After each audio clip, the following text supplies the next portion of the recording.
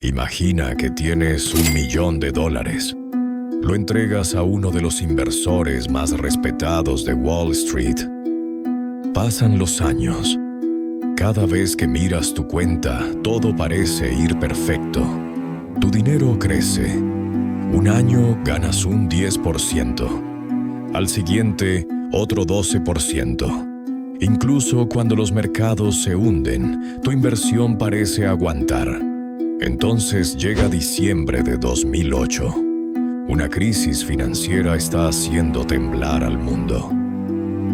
Y tú decides retirar tu dinero. Solo hay un problema. Ese dinero nunca estuvo ahí. Durante años los extractos que recibías eran falsos, los beneficios eran falsos, las operaciones eran falsas. Y lo más sorprendente no fue solamente su tamaño. Atrás de aquello había un hombre que durante décadas había sido considerado uno de los grandes nombres de Wall Street, Bernie Madoff. Lo que parecía una de las inversiones más exclusivas y sofisticadas del mundo era en realidad una gigantesca estafa. Fue que consiguió mantenerla funcionando durante aproximadamente 2 décadas. ¿Cómo pudo hacerlo? Para entenderlo, tenemos que empezar mucho antes de que todo se viniera abajo. Bernie Madoff nació en Nueva York en 1938. No empezó siendo un multimillonario. De hecho, sus primeros años fueron bastante normales. En los años 60 fundó una pequeña empresa de inversión. Con el tiempo consiguió hacerse un nombre en Wall Street, pero Madoff no era solamente un inversor. También era alguien con prestigio. Llegó a ocupar un puesto de liderazgo en el Nasdaq y se convirtió en una figura conocida dentro del mundo financiero. Y eso era importante, porque la estafa de Madoff no se construyó solamente con números, se construyó sobre algo mucho más poderoso: la confianza. Madoff proyectaba la imagen de alguien serio, sofisticado y conectado. No es necesario perseguir clientes por teléfono. En muchos casos ocurriría exactamente lo contrario. La gente quería entrar en su fondo. Y Madoff podía permitirse decir que no. De hecho, una de las claves de su estrategia era hacer que su inversión pareciera exclusiva. Si alguien podía entrar fácilmente, quizás no era tan especial. Pero si Madoff rechazaba a determinados inversores, entonces su fondo parecía todavía más atractivo. Era una especie de club privado, y mucha gente quería formar parte de él. Ahora viene la parte más importante. ¿Cómo funcionaba realmente la estafa? En realidad, no era tan complicada. Imagina que una persona llamada Carlos entrega $1.000.000 a Madoff. Carlos cree que ese millón será invertido en acciones y otros productos financieros. Supuestamente, Madoff hace operaciones en el mercado. Y unos meses después, Carlos recibe un extracto. Ahí aparece que su millón se ha convertido en 1.100.000. Carlos está contento, pero hay un problema. Madoff no ha conseguido esos $100.000 invirtiendo. Ni siquiera ha realizado las operaciones que aparecen en el informe. El beneficio es inventado. Entonces llega una segunda persona. María. María entrega otro $1.000.000. Y ahora Madoff tiene 2 millones. Cuando Carlos quiere retirar sus $100.000 de beneficio, Madoff puede utilizar parte del dinero de María para pagarle. Carlos recibe su dinero. Todo parece normal. Y Carlos piensa: esta inversión funciona. Así que probablemente se lo cuenta a alguien. un amigo, desconocido, otro inversor, y entra más dinero. Ese es en esencia un esquema Ponzi. El dinero de los nuevos inversores se utiliza para pagar a los inversores anteriores. Mientras siga ingresando dinero nuevo, el sistema puede parecer perfectamente sano. Pero no está generando riqueza. Solo está moviendo dinero de un sitio a otro. Y necesita cada vez más dinero nuevo para mantenerse vivo. Aquí está lo realmente interesante. Madoff no prometía rendimientos absurdos. No decía, invierte conmigo y duplicarás tu dinero cada año. Eso habría levantado sospechas inmediatamente. Sus resultados parecieron mucho más razonables. Ganancias constantes, sin grandes sobresaltos.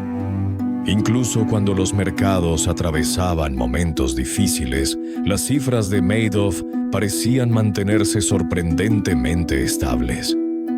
Y precisamente eso debería haber sido una señal de alarma. Pero para muchos inversores era todo lo contrario. Parecía una demostración de que Madoff era un genio. Además, sí, sus clientes no eran solamente personas sin conocimientos financieros. Había inversores deseables, fondos, instituciones, personas con muchísimo dinero.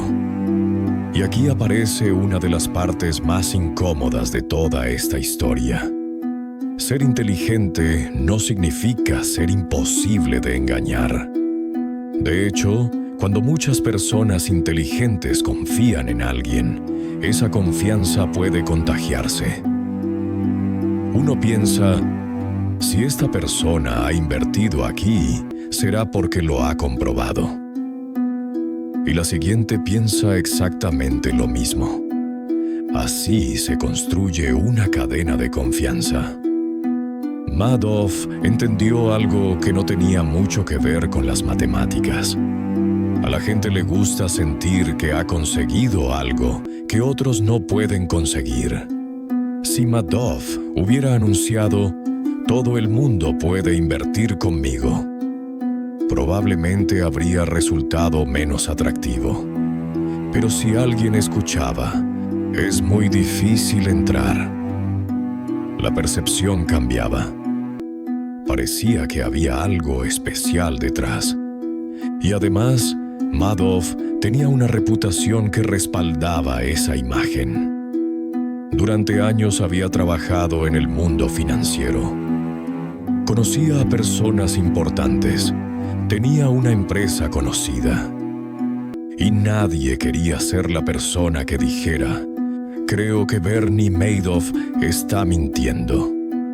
Porque si te equivocabas, podías quedar en ridículo. Y si todo el mundo a tu alrededor confiaba en él, cuestionarlo resultaba todavía más difícil. Y aquí aparece uno de los personajes más interesantes de esta historia. Se llamaba Harry Markopolos. Markopolos era un profesional de las finanzas. A principios de los años 2000, comencé a mirar con atención los resultados de Madoff. Y algo no le cuadraba. No era simplemente que Madoff ganara dinero. Era la forma en la que supuestamente lo conseguía. Los resultados parecían demasiado constantes, demasiado buenos y sobre todo demasiado difícil de explicar. Markopolos llegó a presentar información a las autoridades y durante años intentó llamar la atención sobre el caso. Pero Madoff seguía funcionando. Esta parte es importante porque demuestra algo fundamental. Las señales de alarma existían. El problema no era que nadie pudiera sospechar. El problema era que esas sospechas no consiguieron detener la maquinaria. Y mientras tanto seguía entrando dinero.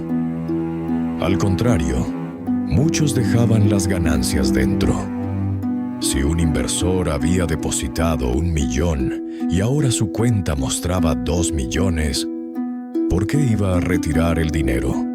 Podía pensar, estoy ganando dinero, lo dejaré invertido.